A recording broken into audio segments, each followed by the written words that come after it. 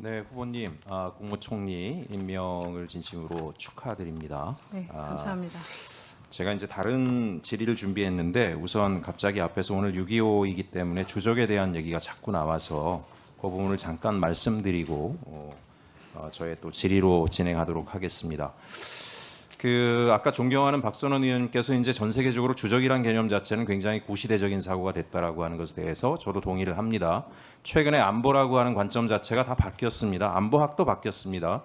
안보라고 하는 것 자체가 과거에는 전쟁을 유발할 수 있는 상대에 대한 대비 체제라고 했다라면 지금은 국민의 생명과 안전을 위협할 수 있는 존재에 대한 대비 체계를 안보라고 얘기합니다.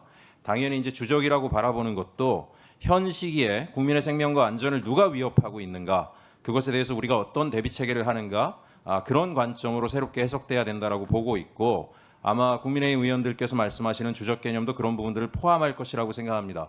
오늘 북한 얘기를 하는데 사실 우리가 사회주의 체제를 가졌다 그래서 우리가 적대시하진 않지 않습니까? 베트남하고도 우리가 경제 교역도 하고 정치적인 교류들도 하고 있습니다. 중국하고도 교류를 하고 있습니다. 다만 북한이 6.25 때 남침을 통해서 대한민국 국민들에게 씻을 수 없는 상처를 줬다는 이유 때문에 우리가 이렇게 강력하게 대응을 하고 있다라고 생각을 하는데요. 저는 이제 최근의 안보 관점으로 보면 주적 개념이라고 하는 걸 굳이 쓴다라면 쓰는 것도 적절치 않지만 누가 주적이겠습니까? 총리님 분명히 하셔야 되는 것이 우리가 금지 오격으로 키운 자식들에게 총을 들려가지고 국회를 향하게 한 사람들이 주적인 겁니다. 대한민국의 민주 헌정 질서를 군사력을 동원해서 파괴하려고 한 것이 주적입니다. 가덕도 테러에서 야당의 대표를 갖다 테러를 통해서 살해하려고 했던 사람들이, 대한민국의 민주주의 질서를 훼손하려고 했던 사람들이 주적입니다. 심지어 그 이후에 반성도 하지 않습니다. 이런 얘기 나올 줄 알고 제가 하나 만들어 왔습니다. 예? 국민의힘 의원님들, 대통령의 계엄은 나라를 살리기 위한 것이다. 애국 충정이다. 나라가 망할까 봐 국민에게 호소하기 위한 계엄을 했다. 윤석열 체포영장 집행은 불법이다. 북한의 도발을 유인하기 위해서 무인기까지 보낸 사람들이 어떻게 이런 이야기를 계속할 수 있습니까? 그래서 총리가 되시면 대한민국의 안보를 강화하기 위해서라도, 대한민국의 미래 번영을 위해서라도 누가 주적인가? 내란 세력에 대한 척결은 단호하고 철저하게 하시고 그 토대 위에서 대한민국이 신뢰받는 국가로 나갈 수 있을 것이라는 부분들을 분명히 해주시기 바랍니다. 네, 그렇게 AI 대전환 시대라고 하는데 저는 사실 최근에 큰 위기감을 느끼는 게 중국을 보니까 중국의 기술 혁신 속도가 만만치 않습니다. 어마어마합니다. 자율주행 기술도 그렇고 인공지능 분야에서도 거의 미국과 쌍벽을 이룰 정도까지 엄청난 속도로 성장을 해나가고 있습니다. 이러다가 대한민국이 동북아에서 이런 새로운 기술 혁신의 주도권을 뺏기지 않을까 하는 우려까지 들고 있습니다.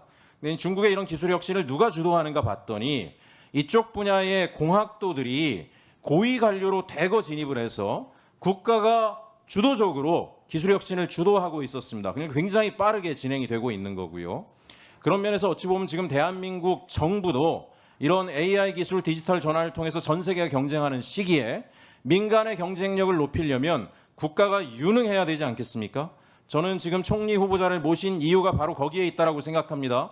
대한민국 최고의 디지털 AI 전문가를 대한민국 정부에서 모셔서 이분으로 하여금 대한민국 정부 전체가 아주 빠른 속도로 효과적으로 디지털 전환에 성공을 하고, 그걸 통해서 대한민국의 민간 기업들이 정부의 뒷받침 속에 국제사회 경쟁력에 밀리지 않는 그런 생태계 속에서 정말 전 세계로 진출하게 하고자 이런 선택을 했다라고 생각을 합니다. 근데 제가 오늘 질문을 드리고 싶은 것은 민간 기업에서 일할 때는 민간 기업의 CEO는 재량권이 굉장히 많습니다.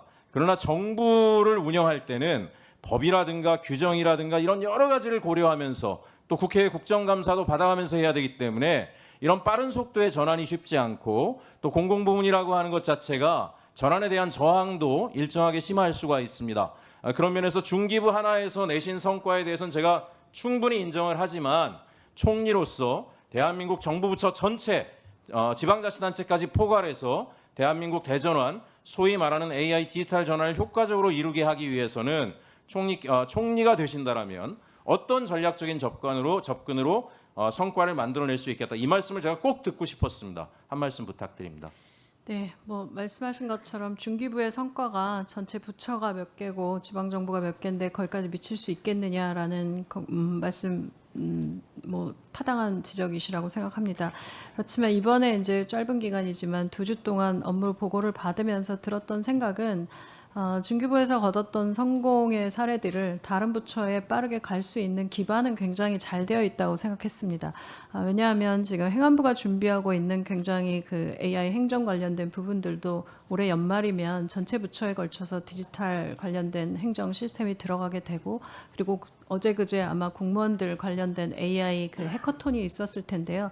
젊은 공무원들 만나보면 이미 AI를 가지고 에이전틱 관련된 것까지 잘 할 줄 알고 있습니다. 그래서 이런 부분들을 좀 빠르게 올리는 것 하나, 그리고 지금 준비하고 있는 공공 데이터 오픈 부분들도 준비해서 좀 민간이 필요로 하는 것들의 탑 100을 이미 리스트를 뽑았습니다. 그래서 그렇게 좀 분야별로 주로 위주로 우선해서 해야 될 것들 중심으로 먼저 가는 것이 중요하다고 생각합니다.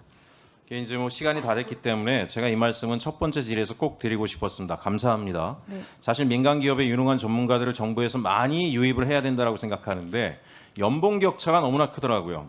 네이버에 쓰실 때도 보니까 거의 4-50억 정도 되는데 총리가 되신다 그래도 한 30분의 1밖에 안 될 겁니다. 그런데도 불구하고 공직을 선택했다라고 하는 것 자체에 대해서 저는 감사드리고 그런 여러 가지 어려움 또 신상 털기까지 이렇게 당해야 되는 상황들이 참 견디기 힘들 수도 있습니다. 그럼에도 불구하고 대한민국 미래 발전을 위해서 이 상황들을 잘 견뎌내시면서 본래의 임명의 취지와 목적에 맞게 대한민국 정부가 유능한 정부가 될 수 있도록 역할을 해주십사 부탁드립니다. 네, 최선을 다하겠습니다. 네, 이상입니다. 네, 감사합니다.